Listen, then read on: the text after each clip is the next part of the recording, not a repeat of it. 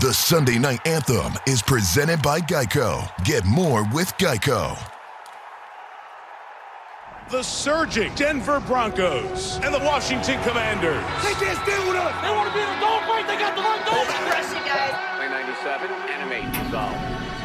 I've been waiting all day for Sunday night. The tough get rough in a primetime fight. More than a game, it's every fan's right. That's why we're waiting all day for Sunday night. All right, what a night, it's finally here. Sunday night football's kicking into high gear. The stars have arrived, come on, get up and cheer. Hey, Jack, it's a fact, the show's back in town. Broncos and Commanders in a nasty showdown. The stadium's rocking, time to crank up the sound. The NFL's best have come to play. Coast to coast, there's just one thing left to say. I've been waiting all day for Sunday night. The tough get rough in a primetime fight. More than a game, it's every fan's right. That's why we're waiting all day for Sunday night. To the end zone, one hit, he's got it. You have to be kidding me.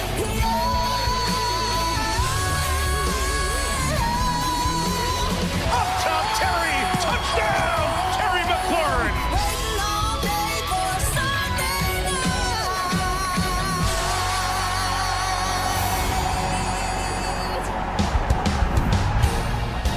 Thanksgiving weekend comes to a close in the nation's capital.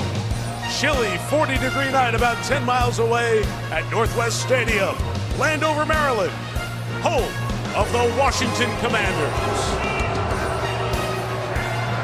Their quarterback tonight, Marcus Mariota, the Heisman Trophy winner from Oregon, facing a fellow Oregon Duck, Bo Nix and the 9-2 Denver Broncos on NBC's Sunday Night Football. Good evening, everyone. Thanks for having us in. Mike Tirico, Chris Collinsworth, Melissa Stark on the sideline. I hope it's been a great holiday weekend for you. Chris, these are a couple of proud, multiple Super Bowl winning franchises. Similar stories last year, right? You know, Denver, they had a great year. They thought that maybe it would be a springboard, and it has been. They're 9-2, and now the Broncos and Sean Payton are openly talking about being the #1 seed in the AFC. What do you like about this team? A lot, but on defense, I think the fact that they lead the league in sacks, pretty good place to start, right? But to win the Super Bowl, it's going to mean that Bo Nix is going to have a big year, and Bo loves playing on the move, whether he's outside the pocket, inside the pocket.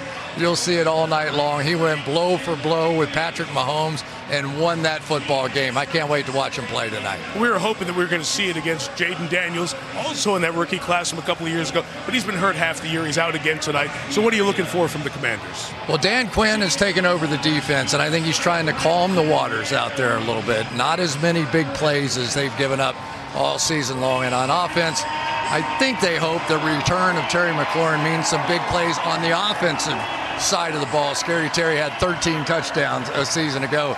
Can he be the wake-up call here in D.C.? Yeah, Washington really excited to get their game breaker McLaurin back. Just one of the many stars on display tonight. It's the Commanders and the Broncos to wrap up Thanksgiving weekend. We've got it for you next on Sunday Night Football. Waiting all day for Sunday night.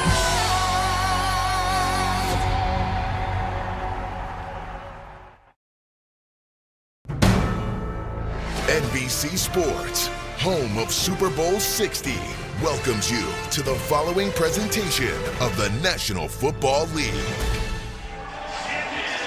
Back in Landover, 9-2 Denver. They won 8 in a row, trying to match the Patriots to the best record in the AFC.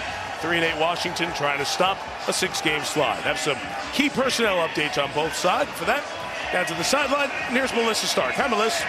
Hi, Mike. Yes, good news for both teams as they get some important players back in the lineup. As you guys just mentioned, for the Commanders, #1 receiver Terry McLaurin returns from a quad injury. He missed 7 of the last 8 games, but he told me he finally has no pain or discomfort. He will be on a snap count. Wants to make sure he's able to be out there if Washington needs him in crunch time. As for the Broncos, they get last season's Defensive Player of the Year back, Pat Surtain.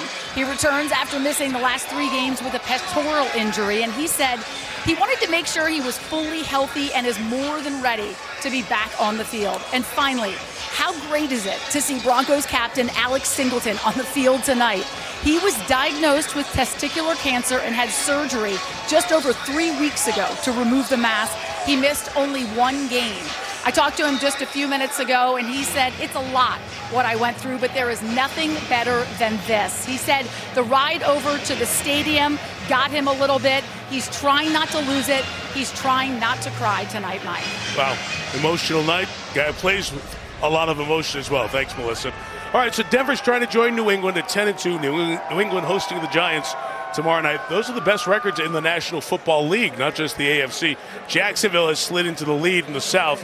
Baltimore, who we saw lose, but they get back to the lead in the AFC North with Pittsburgh's loss to Buffalo. They're the 3 wild cards in the AFC, all sitting at 8-4. We've got Kansas City and Houston, very important game next Sunday night. But for Denver and Sean Payton, chance to extend that lead in the West. There is Sean on the left, Dan Quinn on the right. They have met 10 times as head coaches. Remember, they were in the same division when Sean was with the Saints and Quinn was with the Falcons. These franchises met in Super Bowl 22 as a Washington blowout. The MVP of that game, one of the best, Doug Williams. There he is on the right. And the defensive stars, Charles Mann and Dexter Manley, all honored before kickoff. And that Doug Williams second quarter, one of the great quarters for anybody in the history of the Super Bowl. 35 points. It was just amazing. Yeah. And one of the great guys in the game. Yeah, and Doug still has an office right around the corner from Dan Quinn's office, right? Well, he's a big mentor to a lot of the players. When we come to see the Commanders, always stop in and get a chance to visit with Doug. Washington won the toss, defer the option, so you'll get Bo Nix and the Broncos on the field first to begin. That is Jake Moody, and this is his Commanders debut. He has been signed as the kicker. Matt Gay was released, ex-49er draft pick. He's in Chicago for a little bit this year, his third team. Guy with a ton of talent, chance to settle in here, the former Michigan man. So he'll kick it off for Washington. Got Marvin Mims back deep to receive. Mims is a terrific return man, one that they would like to keep the ball out of his hands. Tyler Bidet, the backup running back, is with him as well. It was cold, nasty, and raw this morning. It was mix of snow and rain. Unfortunately, this is an evening game, so it's drier. Light wind will be a factor as we go through the night, but all in all, for the last night of November, not too bad. Can the Commanders stop their slide? Can the Broncos stay hot? A lot of orange in the stands, a lot of Bronco fans here in Landover. As we begin on this Sunday night, retreating is Mims.